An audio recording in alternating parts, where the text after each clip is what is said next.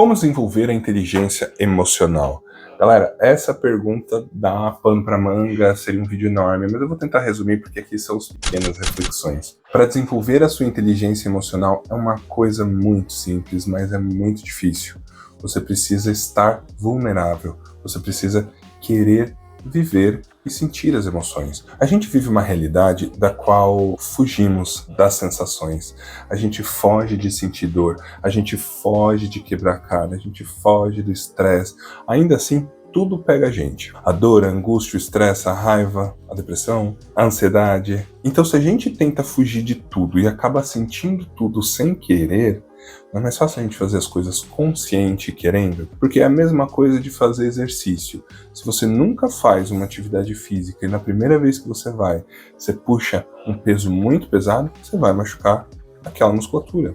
É a mesma coisa com a nossa inteligência emocional. Se você foge de todas as experiências que podem te traumatizar, você acaba ficando sensível demais. Faz sentido o que eu tô querendo dizer? A gente precisa criar robustez, a gente precisa criar casca. As pessoas têm medo, as pessoas não querem sentir, as pessoas fogem, buscam apenas a felicidade perpétua, o que é uma ilusão e não existe. As redes sociais trouxeram essa sensação de perfeição, de vida plena para as pessoas, da qual a gente sabe que não é verdade. Mesmo sabendo que não é verdade, a gente sofre ao ver o outro feliz, ao ver o outro muito melhor do que a gente, ao ver o outro mais bonito, mais equilibrado.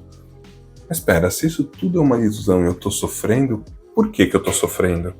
A inteligência emocional é a gente vivenciar a experiência e a gente questionar o resultado dessa sensação interna. Então, se você está vivendo um romance e esse romance está te levando para um lugar negativo, antes de qualquer coisa, se questiona o porquê. Eu vou terminar, eu vou fugir. Calma, respira e se questiona. Porque muitas vezes é só virar uma chavinha. Se a relação for para dar errado, ela vai dar errado naturalmente. E as pessoas vão se afastar naturalmente. Não há necessidade de criar um grande trauma por isso. Então, resumindo de novo, a inteligência emocional é você se vulnerabilizar, sentir as emoções das experiências da vida.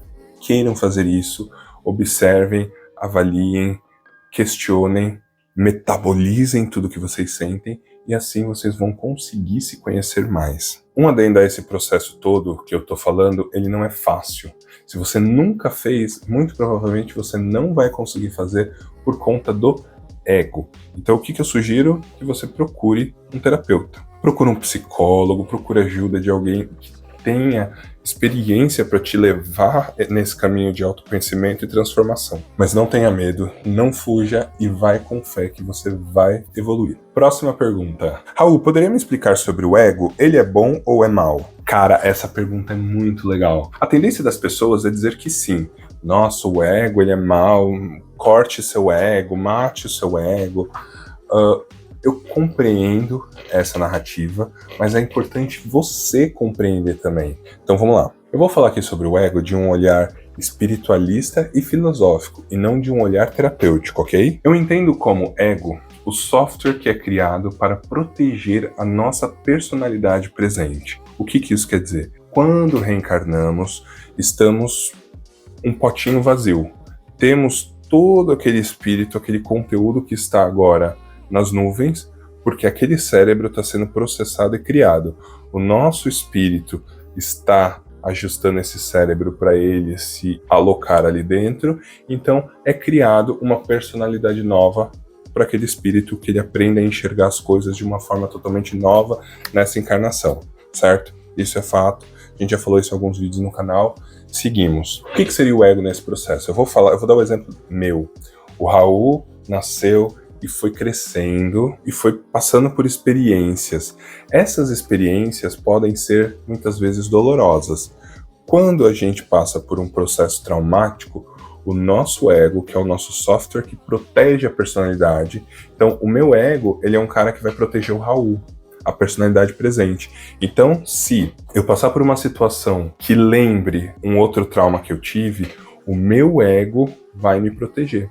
Como? Por exemplo, se eu estiver errado e alguém falar que eu estou errado e eu for pensar sobre isso e realmente estiver errado, nossa, isso vai me destruir porque isso já aconteceu antes, o meu ego não quer que eu faça isso. Então ele vai validar a minha postura e o meu pensamento, caçando alguma coisa para ele se apegar. Isso é o mais comum que tem, a gente vê o tempo todo, as pessoas que, não, mas eu fiz isso, também fulano fez aquilo, mas é certo fazer isso? Não, mas fulano fez aquilo, é claro que eu vou fazer também.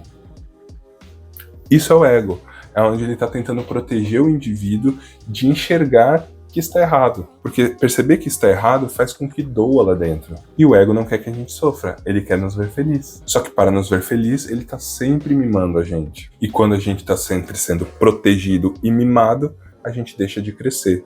É fácil de ver isso nas crianças. Se você mima muito uma criança, se você protege muito uma criança e não deixa ela experienciar coisas, ela fica sensível, mimada e frustrada. A mesma coisa na nossa personalidade pelo nosso ego. Então quando as pessoas falam, não olhe o seu ego, mate o seu ego, não pense com o seu ego, eles estão querendo simplesmente dizer para você tirar o filtro da superproteção.